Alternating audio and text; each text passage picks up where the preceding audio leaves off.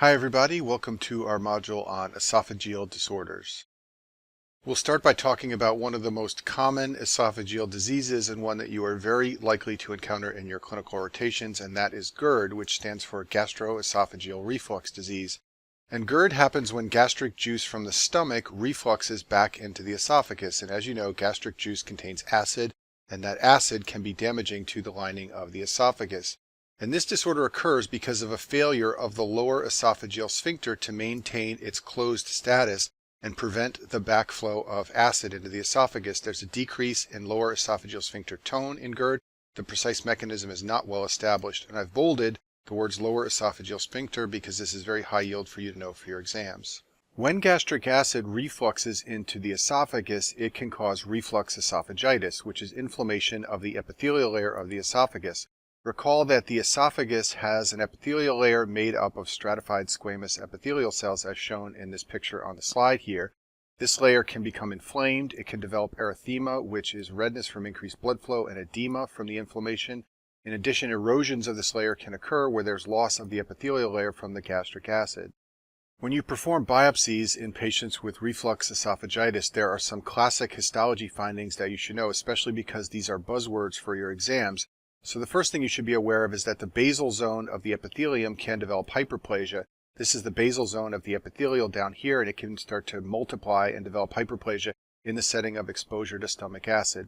In addition, the lamina propria layer of the esophagus has papilla, not shown on this slide here, which can elongate and begin to extend outward. And then finally, you can see the presence of eosinophils and neutrophils in reflux esophagitis. Now, neutrophils may seem obvious because there's inflammation going on, but eosinophils are somewhat surprising, and they are a characteristic cell that is seen in reflux esophagitis. Normally there are no eosinophils in the mucosal layer of the esophagus, but they can develop in reaction to reflux esophagitis. This will often confuse students because they will think the presence of eosinophils indicates an allergic disorder. There is a rare disorder called eosinophilic esophagitis, which we'll talk about later, but you should know that eosinophils may also occur in the esophagus in response to esophagitis from reflux.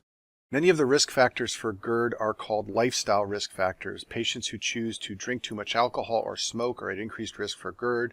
Patients who consume lots of caffeine or fatty foods or who are obese are at increased risk for GERD. And then finally, if you have a hiatal hernia of the stomach and the esophagus, which I talk about in the hernia modules, you are at increased risk for GERD. Many of you likely know that the symptoms of GERD are called heartburn. Heartburn is a retrosternal burning sensation in the chest. It classically occurs after meals. It's worse when lying flat, and it can sometimes be worse at night when patients lie down in bed after a big dinner. What many people do not know is that GERD often causes symptoms other than heartburn. It can cause dysphagia. This is from painful esophagitis. It can hurt to swallow. The reflux into the esophagus can also reach the lungs and cause respiratory symptoms. Reflux can enter the respiratory tract. This can cause asthma. Classically, this presents as adult onset asthma. Most patients with asthma have symptoms that begin in childhood. If a patient presents with new asthma in adulthood, one of the things you should think of is that they may have GERD. Patients can also develop a cough and dyspnea related to GERD. And then finally, all that reflux of stomach contents can lead to damage to the enamel of the teeth. Babies can develop reflux because they have an immature lower esophageal sphincter, and babies can't complain of heartburn symptoms like burning in the chest, so instead they will develop vomiting and frequent crying. And many babies have problems where they spit up food and they cry a lot, so often empiric therapy for GERD is attempted to see if it improves the baby's symptoms. We'll talk about medical therapy for GERD in a minute, but first you should know that weight loss is an excellent therapy for GERD. I have had patients who have lost 10 pounds of weight and found their heartburn gets much better. In addition, when you diagnose someone with GERD, you need to have a discussion with them about the common triggers of heartburn. Avoidance of fatty foods and caffeine can help to limit GERD symptoms. So can avoidance of chocolate, spicy foods, carbonated beverages, and finally, peppermint is a classic trigger for GERD. Patients who have severe symptoms can be offered a surgery. It's called a Nissen fundoplication. This is a picture of it shown on the screen here. In this operation, a portion of the stomach is wrapped around the lower esophagus in order to improve the tone of the lower esophageal sphincter. This is reserved for patients who fail medical therapy.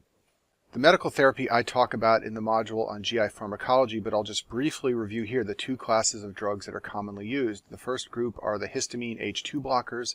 These are drugs like famotidine and ranitidine and nizanidine and cimetidine. These all block histamine receptors in parietal cells, which decreases the acid content of the stomach, and that can improve GERD symptoms. What's more commonly used in the modern era are the more powerful proton pump inhibitor drugs. These are drugs like omeprazole and pantoprazole and lansoprazole and esomeprazole. These inhibit the potassium hydrogen pump in the parietal cells, and they reduce the acid content in the stomach as well. In addition to heartburn and other GERD symptoms, there are some structural problems that can develop in the esophagus as a result of GERD. These include ulcers in the esophagus, fibrosis, and strictures. They're all potential consequences of GERD. The acid destroys the mucosa, and when this happens, you can develop an ulcer.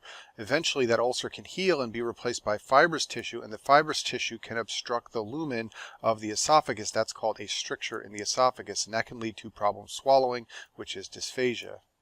There's another way the mucosa of the esophagus can get damaged and develop strictures in addition to GERD, and that's from ingestion of lye. And they like to ask you about this on step 1, so let me review this now. Lye are substances that are alkali. They are basic, very different from the acid in the stomach. They usually contain either sodium or potassium hydroxide, both of which are bases. And you can find these in household cleaners and drain openers and many household cleaning products. And they are sometimes ingested accidentally by children. This causes liquefactive necrosis of the esophageal mucosa. There's rapid injury through the mucosa into the wall of the esophagus. Eventually, the lye reaches the stomach, where it's neutralized by the stomach acid, and the child usually recovers. However, later in life, as a result of ingestion of lye, these children can develop strictures in the esophagus, and it's important you know about this, especially for step 1. Back to our discussion of GERD, let's talk about Barrett's esophagus. This is a feared complication of long-standing untreated heartburn because it's a precursor for esophageal cancer. Barrett's esophagus is metaplasia of the esophageal lining. The normally squamous epithelium is converted into intestinal epithelium from long-standing exposure to stomach acid. If we look at this picture on the screen here, there is a point where the esophagus meets the stomach, and that is called the squamocolumnar junction. That's where the squamous epithelium of the esophagus converts to the columnar epithelium seen in the stomach, and that point will begin to move upward in Barrett's esophagus as the mucosa down at the bottom of the esophagus converts to intestinal type mucosa from exposure to acid. On the left side of the screen is a normal esophageal mucosa. It's composed of non-keratinized squamous epithelium. With exposure to stomach acid, it begins to look like this picture on the right, which is a picture of Barrett's esophagus. You can see that there are now crypts present. There are also many goblet cells present. It's described as intestinal mucosa, which is non-ciliated columnar epithelium with the presence of goblet cells. The way Barrett's esophagus is diagnosed is via endoscopy. This involves putting a camera into the esophagus, and what you will see is something like this picture on the screen here. The white mucosa is normal squamous cell epithelium of the esophagus. The red mucosa here is Barrett's esophagus. That is esophageal mucosa that has undergone metaplasia, and if Barrett's is seen, usually regular surveillance endoscopy is done with biopsies to look for carcinoma and try to diagnose and treat esophageal cancer in its earliest stages. The reason the development of Barrett's esophagus is such a concerning finding in patients with GERD is because Barrett's esophagus is a precursor for certain types of esophageal cancer. So let's talk about esophageal cancer now. There are two types, squamous cell and adenocarcinoma, and the risk of both types is increased among smokers. It's a very important risk factor for esophageal cancer. Both types tend to present late with advanced disease and METs, and the classic presentation is progressive dysphagia. Progressive means that the dysphagia starts with solids and progresses to involve liquids as well as the tumor grows. When the tumor is small, there will be dysphagia or difficulty swallowing solids, but liquids can easily get past.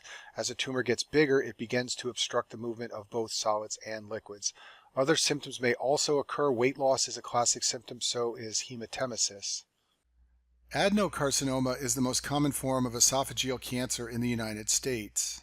And in order to understand how adenocarcinoma develops, you need to appreciate that normally we don't have glandular tissue lining the lumen of our esophagus. Normally we have a squamous epithelium.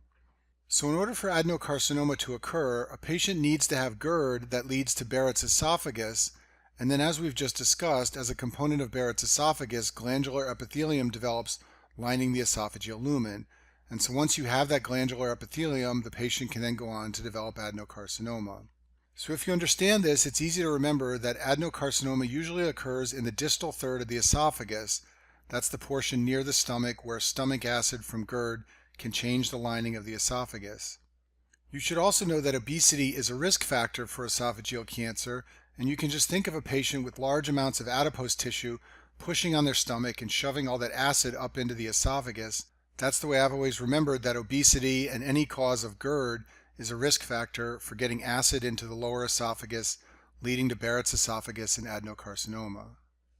Worldwide, the most common form of esophageal cancer is squamous cell carcinoma, and in contrast to adenocarcinoma, this occurs in the middle or upper esophagus. And things that are risk factors for this type of cancer are things that can damage the upper esophagus. So consuming certain types of food like alcohol or lots of consumption of hot tea, these can damage the mucosa in the upper esophagus, and that can lead to squamous cell carcinoma. Anything that obstructs the passage of food and liquid through the esophagus can lead to damage at the upper esophagus from backup of food. So achalasia, which we'll talk about later, is a risk factor for squamous cell carcinoma. So is the presence of esophageal webs, which can lead to a backup of food. We'll talk later about a Zenker's diverticulum, which can obstruct the movement of food. This can lead to squamous cell carcinoma. And finally, we mentioned lye ingestion before, and that's a risk factor for esophageal cancer. There are certain symptoms that are unique to this type of cancer that are due to its upper location in the esophagus. So patients with this type of esophageal cancer tend to develop a hoarse voice, and that's because the recurrent laryngeal nerve can be involved in the upper esophagus. These patients also tend to develop a cough, and that's because of tracheal involvement near the upper esophagus. The lymph nodes where these cancers drain to are going to be different because the lymph nodes for the upper and middle esophagus are different than those that drain the lower esophagus. The upper esophagus is drained to lymph nodes in the neck, like the cervical nodes. If you look at this picture over here, these are the cervical nodes in the neck, and it should make sense to you that the upper esophagus, which is not far away, drains to those lymph nodes. The middle esophagus drains to the chest. It drains to the mediastinal nodes and the tracheobronchial nodes. These are the mediastinal nodes shown here. The tracheobronchial nodes are not shown in this picture. The lower esophagus drains towards the abdomen. That's easy to remember because it's close to the abdomen. So it drains to the celiac nodes near the stomach and the gastric nodes also near the stomach. Earlier, I talked about reflux esophagitis, and reflux is certainly the most common cause of inflammation of the esophagus, but there are other causes, and let's talk about those now. So first of all, certain infectious agents can cause inflammation of the esophagus. Candida can infect the esophagus, especially in patients who are immunocompromised. It causes white membranes to form in the esophagus. This is a picture of a patient with candidiasis in the esophagus. On biopsy, you will see pseudohyphae, which are characteristic of Candida. I talk more about pseudohyphae in the infectious disease modules. HSV1 can infect the esophagus. Usually this virus causes oral herpes, but it can involve the esophagus, and it will lead to punched out ulcers that you can see on endoscopy. And then finally, if you are very immunocompromised, such as aged patients with a CD4 count under 50, you can get esophagitis from cytomegalovirus. Cytomegalovirus characteristically causes linear ulcers in the esophagus on endoscopy. A rare cause of esophagitis is called eosinophilic esophagitis. This is an allergic reaction to an unknown antigen. It's an immune-mediated process, and patients with eosinophilic esophagitis present with dysphagia. They will complain of difficulty swallowing due to esophageal dysfunction. On a biopsy, you will see an eosinophil predominant inflammation, which should make sense to you given the name eosinophilic esophagitis.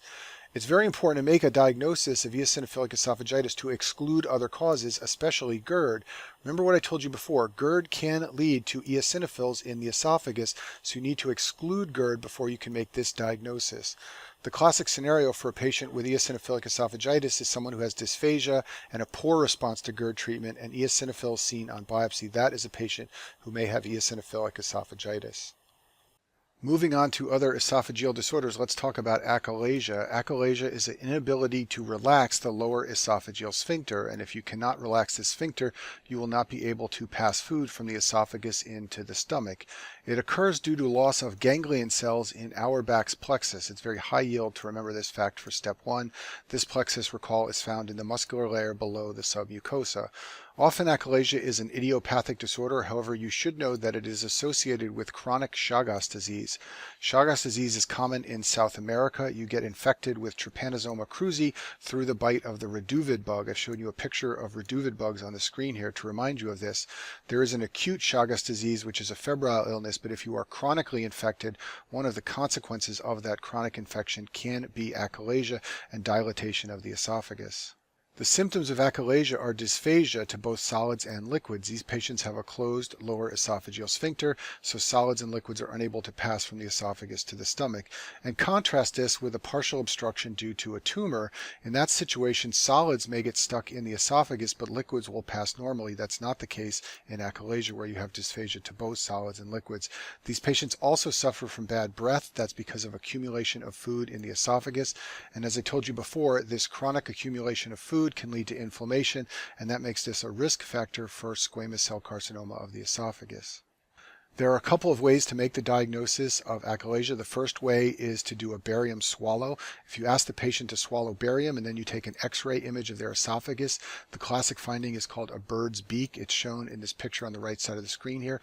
The esophagus is dilated from the backup of food over time, but the lower esophagus is narrowed down to a point. That's called a bird's beak, and the reason it's narrowed is because that lower esophageal sphincter is tight and closed. Another way to make the diagnosis is by esophageal manometry. This involves using a device that can measure the pressure or tone in the lower esophageal sphincter. This test will show a high lower esophageal sphincter tone in achalasia, and it's important that you understand that this is different from what you see in scleroderma. I talk about scleroderma in the immunology modules. However, scleroderma can involve the esophagus, and in contrast to achalasia, patients with scleroderma have dysphagia with low lower esophageal sphincter tone. That makes it different from achalasia.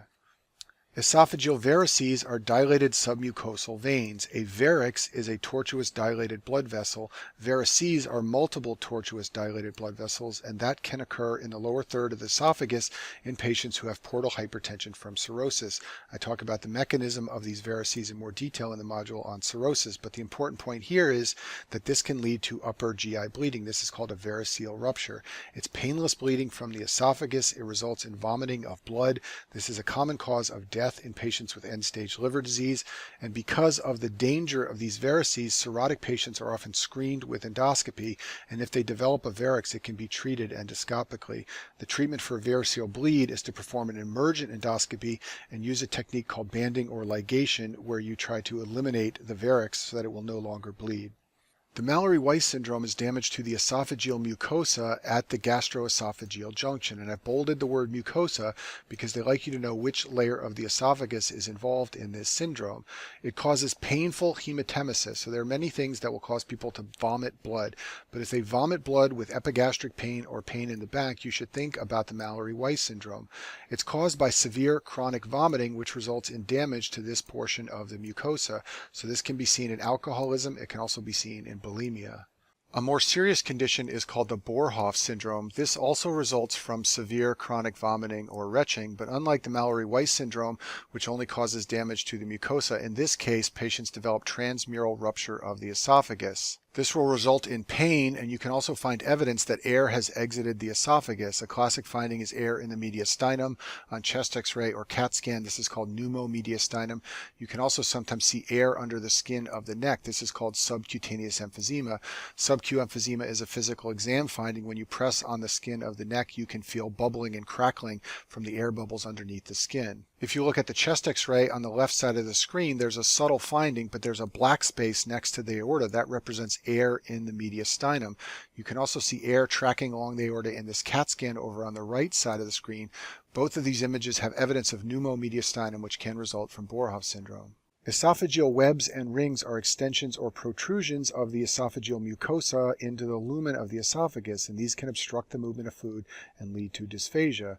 The bottom right side of the screen is a picture of the normal stratified squamous epithelium of the esophagus, and you can imagine that if it extends into the lumen of the esophagus, it could obstruct the movement of food.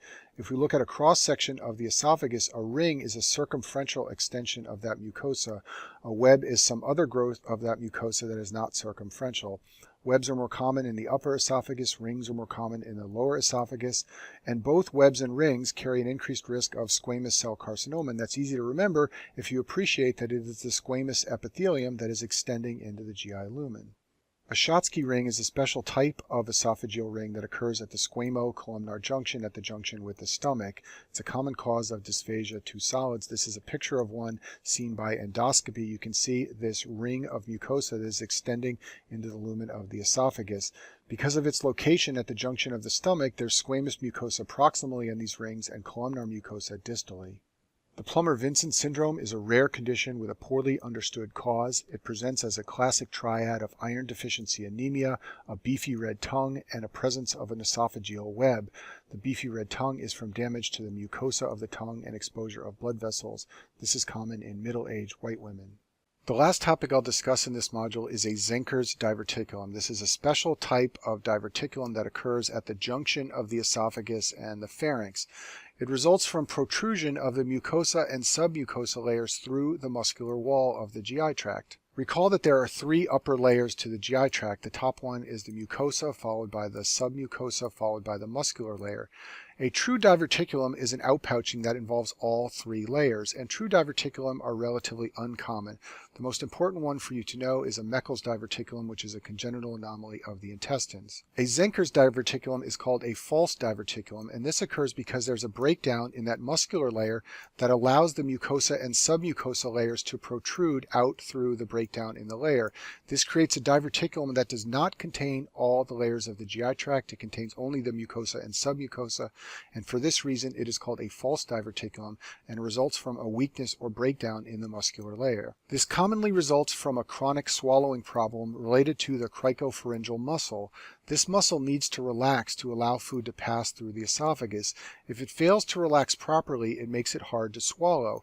Patients who have problems with their cricopharyngeal muscle will therefore generate high pressure in the pharynx to try and force food down their esophagus, and this chronic exposure of the mucosa to high pressure can lead to the formation of a diverticulum. The classic location for a Zenker's is a place called Killian's Triangle. This is in the hypopharynx, which is just proximal or just above the upper esophageal sphincter. And Killian's Triangle is located at the cleavage plane between the thyropharyngeus muscle and the cricopharyngeus muscles. If this is the pharynx and the esophagus, the cricopharyngeus muscle tends to wrap around it like this. The thyropharyngeus tends to come down at an angle like this. It forms a triangle in here between the two muscles, and that is called Killian's Triangle. The symptoms of a Zenker's diverticulum include dysphagia. There's a disruption in the normal functioning of the pharynx and the esophagus, and also classically halitosis. This occurs because food gets trapped in the diverticulum and erodes and decays, and this leads to bad breath. To make the diagnosis of a Zenker's diverticulum and also to work up a number of swallowing problems, you can perform a test called a video swallowing study. In a video swallowing study, you use a fluoroscope to take a video of a patient as they swallow solids or liquids. It allows you to visualize solids or liquids moving through the pharynx and into the esophagus.